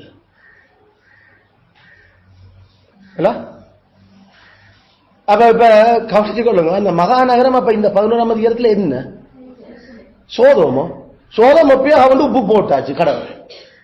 அது சோதம் குமரா தான் ஆண்டவர் அழிச்சது. அதுக்கப்புறம் சோதமே முடிஞ்சு போச்சு. எகிப்து எப்பயோ சாம்ராஜ்யம் இல்லாம போய் அது உலகத்திலேயே இப்ப ஒரு நாடா கருதப்படுகிறது. அந்த இது கதைக்கப்படுகிறது.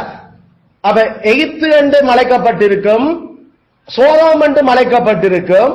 ஆனா அதுக்கு நீங்க நினைச்சாங்க அதுக்கெல்லாம் இது உண்டு. அது நான் சொல்றது நம்முடைய கர்த்தர் அறவட்ட நகரத்தை. அப்ப இந்த மகாநகரம் எது உண்மையில்? அப்ப எருசலேம். இப்ப இந்த எருசலேம் நாம எருசலேம் மண்டைக்குள்ள வச்சுட்டு மகாராஜா வசிக்க நகரம். ஆனா 11ஆம் அதிகாரம் வெளிப்படுத்தல் கதைக்கிறது அது என்ன? மகாவேசி என்று. அந்த நகரம் அற்றுவெற்றுப்புள்ள நகரம் என்று. அப்ப கவனிச்சு கொள்ளுங்க, அந்த அந்த படத்துக்கு கொடுக்கிற விளக்கம் அங்கவே ஆண்டவர் கொடுக்கிறார். ஆனா எருசலேம் நேரடியா சொல்லல. ஆனா அவர் எப்படி கேட்கிறார்? நம்முடைய கர்த்தரும் அதில் அறப்பட்டார்.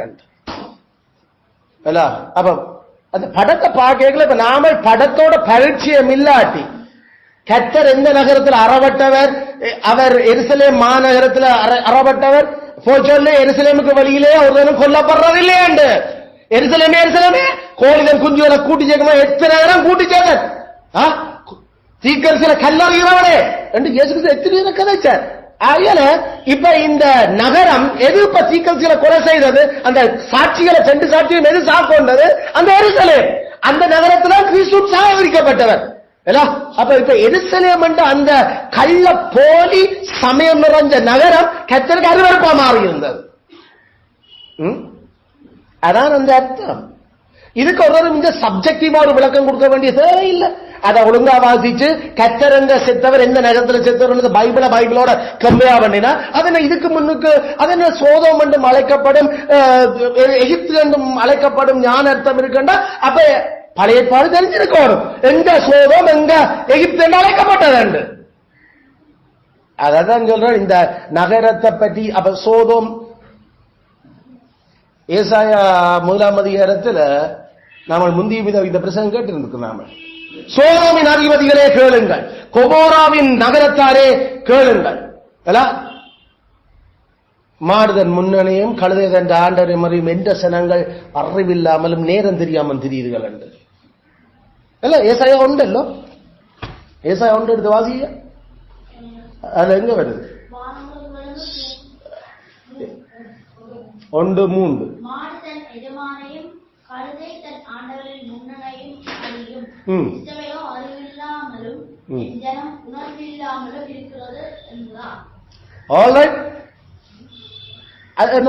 அது கீழே 10 இப்ப ஒரு ஆற பார்த்து சோதோமின் அதிபதிகளே எந்த இப்ப சோதோமா இங்க இருக்குது யார பார்த்து கதைக்கிற? எருசலேமை பார்த்து. அப்ப எருசலேம் ஏற்கனவே சோதோம் என்று அழைக்கப்பட்டது என்ற அந்த படம் தெரிஞ்சிருக்கிற யாக்களுக்கு தான் இப்ப யோவான் வெளிப்படுத்த இது சோதோம் என்று அழைக்கப்பட்டனா டக்குனு விளங்கி இருக்குமா அவட கையில இருக்கிற அந்த பைபிள் இல்ல. எருசலேமை தான் சொல்லுறேன். உங்களுக்கு அடிஷனலா ஒரு க்ளூ தாரன். நம்ம கர்த்தரும் அதான் சிலுவையில் அறையப்பட்ட 3ஆம் நூற்றாண்டு கிறிஸ்தவர்களுக்கு கிபி 70ஆம் நூற்றாண்டுல அவர் வடிவாக கதைக்கிறார். விளங்குதோ? எங்க எகிப்து என்று அழைக்கப்பட்ட இருக்குது. இதெல்லாம் பைபிள்ல எங்களுக்கு இதுல பயன்படுத்தப்பட்டிருக்க இந்த படங்கள் ஏற்கனவே யோவானுக்கு நல்ல பரிச்சயம். அது நேரம் இதை வாசிச்சு கேட்டுக்கொண்டிருக்கிற மக்களுக்கும் அவரோட பைபிள் நல்லா தெரியும், அந்த மொழி தெரிஞ்சது. ஆனா நம்முடைய தமிழ் சினத்துக்கு தான் அதன் எருசலேமா வரும்.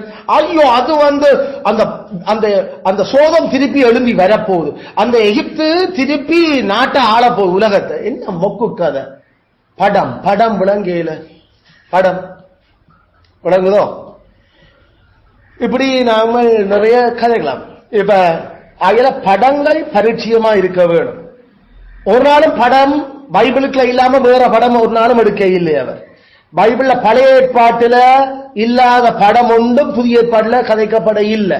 இந்த பட புத்தகத்துல, இந்த அடையாள புத்தகத்துல அயல தரோவா 39 புத்தகம் இருக்க வேணும் இது விளங்குறதுக்கு. உண்மையில படம் பார்த்து கதை சொல்லுங்கள் என்று சொல்லி பிள்ளைகளுக்கு படிப்பிக்கிறவங்களுக்கு அந்த படம் சரியா தெரிஞ்சுதா தானே படிப்பிக்கலாம். இல்லாட்டி வேற வேற படத்துக்கு வேற வேற அர்த்தம் இல்லை, நாம சொல்லிடுவோம். அதனால சரியான கவனமா நாம அத உதாரணத்துக்கு நம்ம பிள்ளைகள் நமக்கு தெரியும்,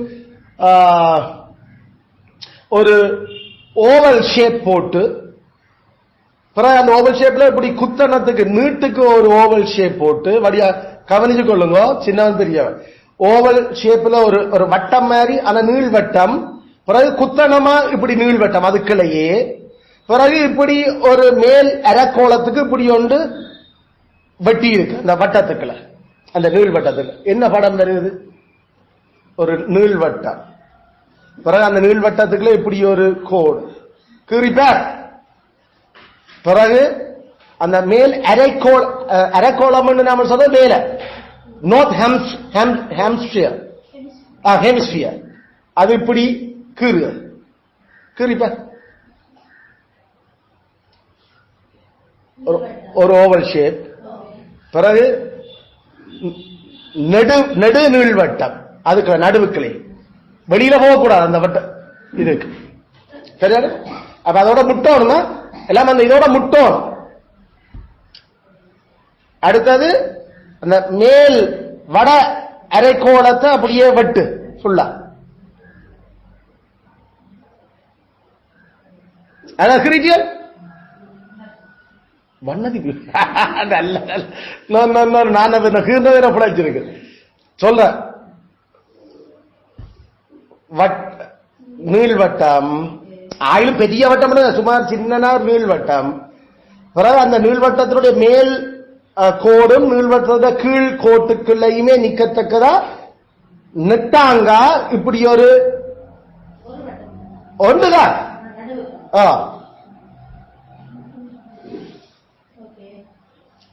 சரி, பிறகு அந்த நீள்வட்டம் இருக்குல்ல, இப்ப நீள்வட்டமும் இந்த நெட்டு ஆயிருக்கிறதும் முட்டிக்கொண்டு அதோட வட அரைக்கோளம் தென்னரைக்கோளம் கீறுவோம் இல்ல, அது மாதிரி வட அரைக்கோளம் ஒன்று கீறுங்க. வட அரைக்கோளம் அந்த வட்டத்துக்குள் அந்த நீள்வட்டத்துக்குள்ளே கீறணும் இல்ல. அடே உலகம் மாதிரி ஒரு வட்டம் ஒன்று கீறு, உலகம் மாதிரி ஒரு வட்டம் கீறிச்சியா. பிறகு இப்படி ஜொசாய கீறியாச்சோ அப்பா சொல்றது. உங்களை எல்லாருக்கும் நல்லா தெரிஞ்ச ஒரு சிம்பிள் சொல்லி கொண்டு வரணும், அடையாளம்.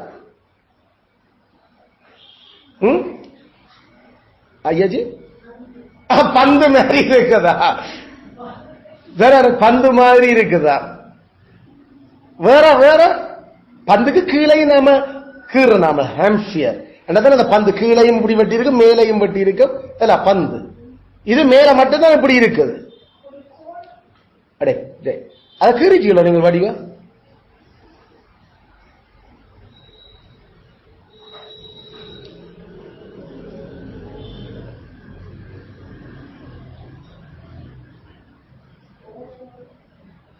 சரி, இது பரிச்சயம் இல்லை நமக்கு கிணவே இருக்கு இந்த படம்.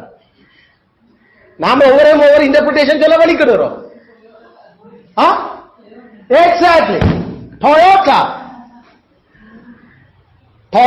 டொயோட்டாவினுடைய கார்கள் இருக்கிற படம் அது. டொயோட்டா எழுத இல்லை, ஆனா அந்த சிம்பலை பார்த்த உடனே நமக்கு தெரியும் இதுல போறது டொயோட்டா கம்பெனியினுடையது. எக்ஸாக்ட்லி டொயோட்டா தான். ஆனா இதோட பரிச்சயம் இல்லாதவர்களுக்கு பந்து, ஆனா பந்துக்கு கீழே கொண்டு வருவோம்.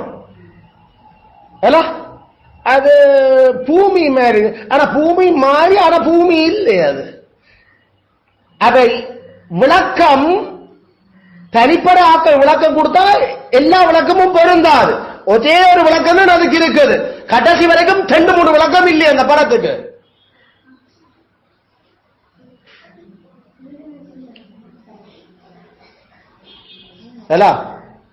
போக வர காராட்டி என்னையும் குழப்பி கொண்டு, ஆனா கீற சொன்னா இது கொண்டு இருக்கிறாங்க முடிஞ்சு கொண்டு.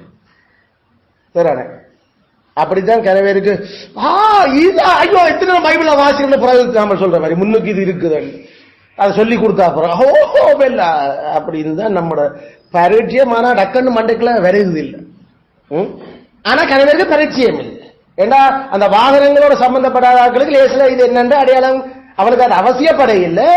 அது ஆனா இந்த புத்தகம் எல்லாருக்கும் அவசியம், அடிமைகளுக்கு அதெல்லாம் கட்டாய பரிச்சயமா இருக்கணும். அதனால எனக்கு தெரியலேட்டு கலைக்க இயலாது இதுகள் இந்த படங்கள்.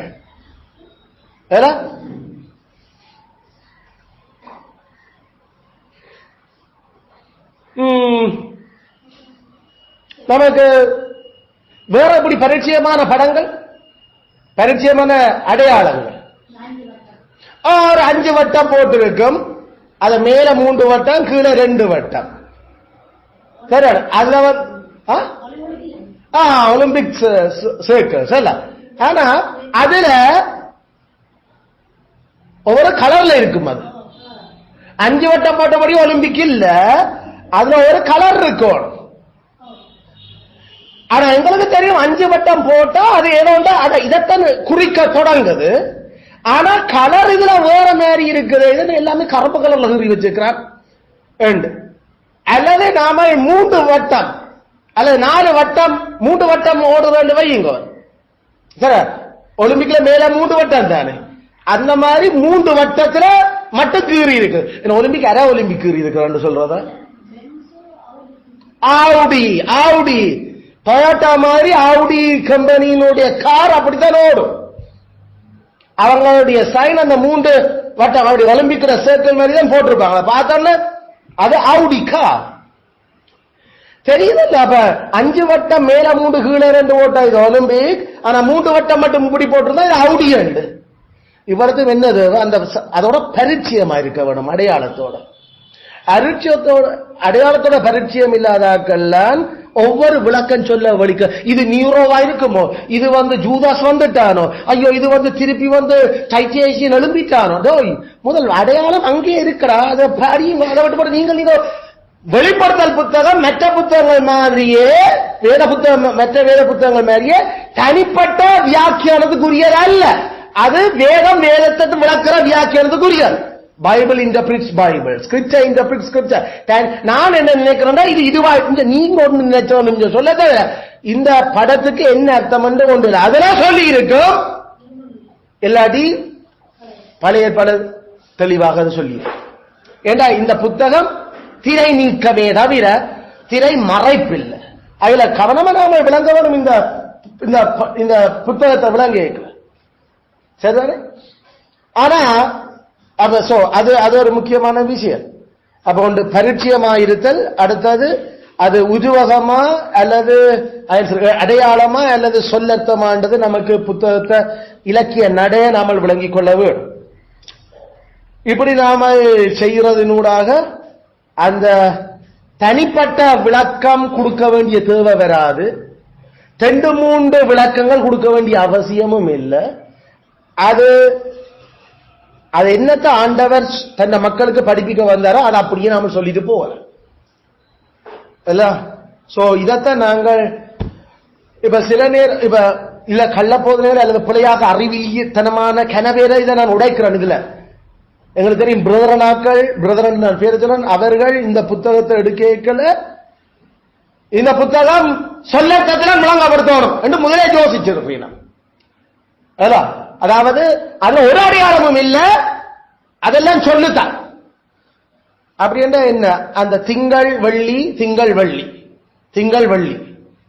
அது என்ன சொல்லு, அதான் திங்கள் வெள்ளி. ஆனா திங்களும் வெள்ளியும் ஒரு நாளும் அடையாள அர்த்தத்தில் பயன்படுத்தப்படாதுன்னு நினைக்கிறீங்க. நமக்கு தெரியும் திங்களும் வெள்ளியும் அடையாள அர்த்தத்திலே பயன்படுத்தலாம். திங்கள் என்றா சந்திரன், வெள்ளி என்ற நட்சத்திரம். மொழிய சரியா படிச்சிருந்தா இந்த மொக்குத்தனமான முடிவுகளுக்கு கடைசி வரைக்கும் வந்திருக்க மாட்டாங்க. அதனால பிரதர்ல இருக்கிற லூசுத்தனம் என்ன? மொழி தெரியல. அதான் இருக்கிற பிரச்சனை. டாக்டர் மேர் என்ஜினியர் மேருக்கு மொழி தெரியாது கனவே இருக்கு. அவர்களுக்கு அந்தந்த ஞானம்தான் விளங்கிச்சே தவிர மொழியை தெரியாது கனவே படிக்கிறது இல்லை. அதாவது ஆக்களுக்கு சில ஆக்களோட கதைக்கே தெரியாது. அதை நாம கனவேல பார்த்திருக்கிறோம். அப்படி இல்லை நம்மள பிள்ளைகளை வளர்க்கிறது. முதல் மொழி, அந்த மொழியினூடாக ஆண்டவற்றை ஏனைய படைப்புகளுடைய மொழிகளை விளங்கிக் கொள்றோம். அதுல எங்க இன்ஜினியர் எங்க டாக்டர்மாருக்கு மொழியும் நல்லா தெரியும், அதுகளும் நல்லா தெரியும். ஆனா பொதுவா உலகத்துல நாம பார்க்கிற கனவே இருக்கு. நம்ம தமிழாக்களுக்கு அந்த அதெல்லாம் படிச்சிருப்பாங்க. ஆனா அதை எப்படி கம்யூனிகேட் பண்றது எப்படி என்று அவனுக்கு மொழி ஓடாதவனுக்காம அவனுக்கு கணக்கு நல்லா ஓடுமா, ஆனா மொழி ஓடாத. எங்களுக்கு கணக்கு ஓடும், மொழியும் ஓடும். ஏண்டா அதான் கடவுளுடைய ஸ்டைல். எண்ணும் எழுத்தும் கண்ணென தகும்.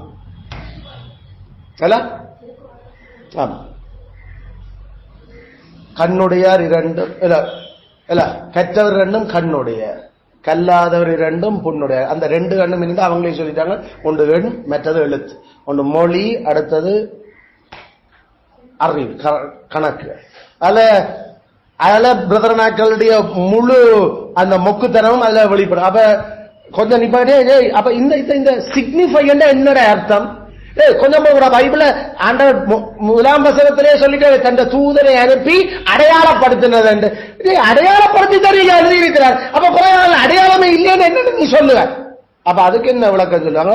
அடையாளப்படுத்தி எழுதி இருக்கிறாரல்லோ, அப்ப எழுத்துல வந்துட்டதோ, அப்ப அது அடையாளம் இல்லை. இது என்னடா? எழுத்தையே எழுத்தாயும் எழுதலாம், எழுத்தா அடையாளத்திலையும் எழுதலாம், அடையாளத்தை எழுத்தாயே எழுதலாம். அதென்ன எழுதுனா அடையாளம் இல்லாம போயிட்டு என்ன லூசு கதை வைக்கிறிய? அந்த மாதிரி பைத்தியமான பிரதரன் பைத்தியங்கள். டிஸ்பென்சேஷன் பைத்தியம். பைபிளினுடைய அந்த நட தெரியல. ஒவ்வொன்றுக்கும் கர்த்தருடைய வாயிலிருந்து இருபுறமும் புறப்படும் பட்டயங்கள் புறப்பட்டது, சோடு புறப்பட்டது வாசிக்க. அப்ப ஆண்ட வாய்க்குல இருந்து ஈட்டியா வலிக்கிட்டது கூட நீ சொல்ல அத்தப்படியே தான் எடுக்கணும்டா கடவுளோட வாய்க்குல இருந்து கத்திகள் வந்தது இல்ல அப்படி வரும்போல கத்தி மொப்புக்க கேட்கிறீர்கள். அப்ப கடவுள் தந்த லேம்ப் ஸ்டாண்ட் இல்ல அந்த குத்து விளக்குகள் என்ன 7 குத்து விளக்குல நின்ற வரும் சொல்லர்த்தம் வேண்டா சொல்லர்த்தம் குத்து விளக்கு தானே. அப்ப அவருக்கே சொல்லல அது குத்து விளக்கு சொல்லர்த்தம் எடுக்கிறார அது சபை என்ற அவரை விளக்கு கொடுத்த நீ சொல்ற அது குத்து விளக்கு என்றாலும் குத்து விளக்கு தான் எவ்வளவு மொக்க. அதாவது அந்த அந்த விடா கொண்டன் மாதிரி சில பேருக்கு நொய்யோட நொய்ய மண்டை போட்டு குத்தினாலும் விளங்காதல்லோ. அது நீதிமொழி ஞானி ஐயோ சில பேற்ற மண்டையா உடலுக்கு போட்டு உலக்கியால் அடி மாறாடு பைத்தியம். அப்படிப்பட்ட பைத்தியங்கள் இந்த டிஸ்பென்சேஷன் பிரதரன் பைத்தியங்கள். அது அது இந்த உலகத்திலே திருத்த கியோ வண்டை இல்லாத பைத்தியமா கிடக்கிறது.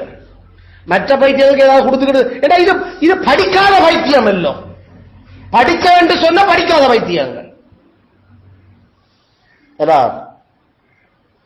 மற்றது இன்னொரு குரூப் இது முழுக்க அடையாள புத்தகம். அதனால எல்லாத்தையும் அடையாளமாகவே நாங்கள் எடுக்கிறோம். கொஞ்சம் போடா அவர் அடையாளத்துக்கான அர்த்தம் என்னன்னு சொல்லத்தமாய் சொல்லித்தானே புத்தகத்தில் இருக்கிற. அப்ப எல்லாத்தையும் அடையாளம் என்று எடுப்பேன். அயல சரியான கவனமா நாமல் இருக்க வேணும் இந்த விஷயங்கள்ல. இல்ல பாருங்க அது ஞான அர்த்தங்கள் என்று சொல்லப்பட்டிருக்கு. அப்ப அது ஞானம் இருக்கிற யாருக்கு தான் ஞானர்த்தமாம். அந்த ஞானர்த்தம் 2ஆக ஏற்கனவே அழைக்கப்பட்டிருக்கிறதான் சொன்னது. 3வது அர்த்தம் ஒன்றும் சொல்லுறாரு என்னண்டு அது என்ன பிறகு நீ ஒரு ஞானத்தை நீ புதுசா இருந்து கத்தட்ட கேட்டுக்கொண்டு உவாசம் பண்ணி கடவுள் எனக்கு அதை வெளிப்படுத்தும். ஏற்கனவே வெளிப்படுத்தி திறனிக்காச்சு. இதெல்லாம் எவ்வளவு முட்டாள்தனமான வியாக்கியானங்கள். அதனால நாம சரியான நாங்கள் இந்த மாதிரி ஒரு பைத்திய வேதத்தை அதான் 3 கிடைக்கிறான பாவம் கடவுளுடைய வார்த்தையை தவறாக கையாளுதல். வேதம் மட்டும் போதும் வேதத்தை விளங்க. வேதத்தை வேதம் விளங்கப்படுத்துது. அதுலயும் பட புத்தகத்தை படங்களோட சம்பந்தப்பட்ட புத்தகங்களை இன்னும் நாமல் விளங்கலாம். படம் இல்லாத புத்தகங்களையும் படமா சில சந்தர்ப்பங்கள் காட்டப்படுது. அந்த படங்கள் ஏசாயா புத்தகம் ஒரு பட புத்தகம் இல்ல, ஆனா இடையில படங்கள் காட்டப்பட்டது. அதை நாமல் வழியா விளங்கினாத்தான் விளங்கி கொண்டா ஈஸி சூப்பர் ஈஸி இந்த வெளிப்படுத்தல் புத்தகம். அதை விட்டு போட்டு நான் கட்டாயம் லிட்டரல் மீனிங் சொல்லர்த்தம் தான் எடுப்பேன் என்று நாண்டு கொண்டு பிடிச்சா அதுக்கு பிறகு உள்ள நாட்டு கொமன்ட்ரி எல்லாம் வெளியில வரும். பெரும் பெரும் எழுத்தா இதுக்கு இது அர்த்தம் அது கதை இனித்தான் பெற போகிறது. இதுக்கு எப்படி நான் போ காட்டன் எப்படியெல்லாம் அந்த பைத்தியங்களுடைய வியாக்கியானம் இல்ல. ஆண்டவரே சொல்றார் அந்த பாட்டம்லெஸ் பிட் அந்த பாதாள குழியிலிருந்து புறப்பட்ட அந்த அந்த சீவன்கள் அது பிசாசு சாத்தான்கள் என்று ஆண்டவர் கொஞ்சம் கீழாவே சொல்லு. அது குட்டிகளால் வலிக்கிறது. ஆனா நம்முடைய கொடுத்துருக்காங்க விளக்கங்கள். அது அந்த ஆம்ட் எல்லாம் போட்ட யுத்த ஹெலிகாப்டர்கள் என்று கொஞ்சம் விளக்கம்.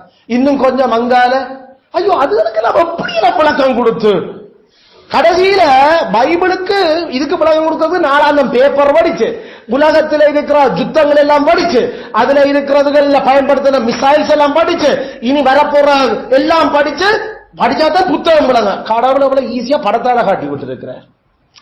எவ்வளவு ஒரு பிழையான ஆண்டவரே விளங்குவது அது அந்த சாத்தானுடைய தூதர்கள் என்று அதை ஆண்டவர் மிசைல்ஸ் வெப்பனரிஸ் என்று சொல்ல. ஆனா நம்முடைய 3ஆம் உலக யுத்தத்துக்கு இதுதான் இதெல்லாம் சொல்லப்பட்டிருக்கு. இந்த 3ஆம் உலக யுத்தமே கதைக்கவே இல்லையா. இது சபைக்கு எதிரான போராட்டத்தில் இருக்கிற அந்த அந்த எதிரிகளை கிறிஸ்து எப்படி அனுமதிக்கிறார் நிக்கிரகம் பண்ற நாங்கள் எவ்வளவு பாதுகாப்பா அவர்களை இருக்கிறோம் என்றதை காட்டிக் கொண்டிருக்கிறார்.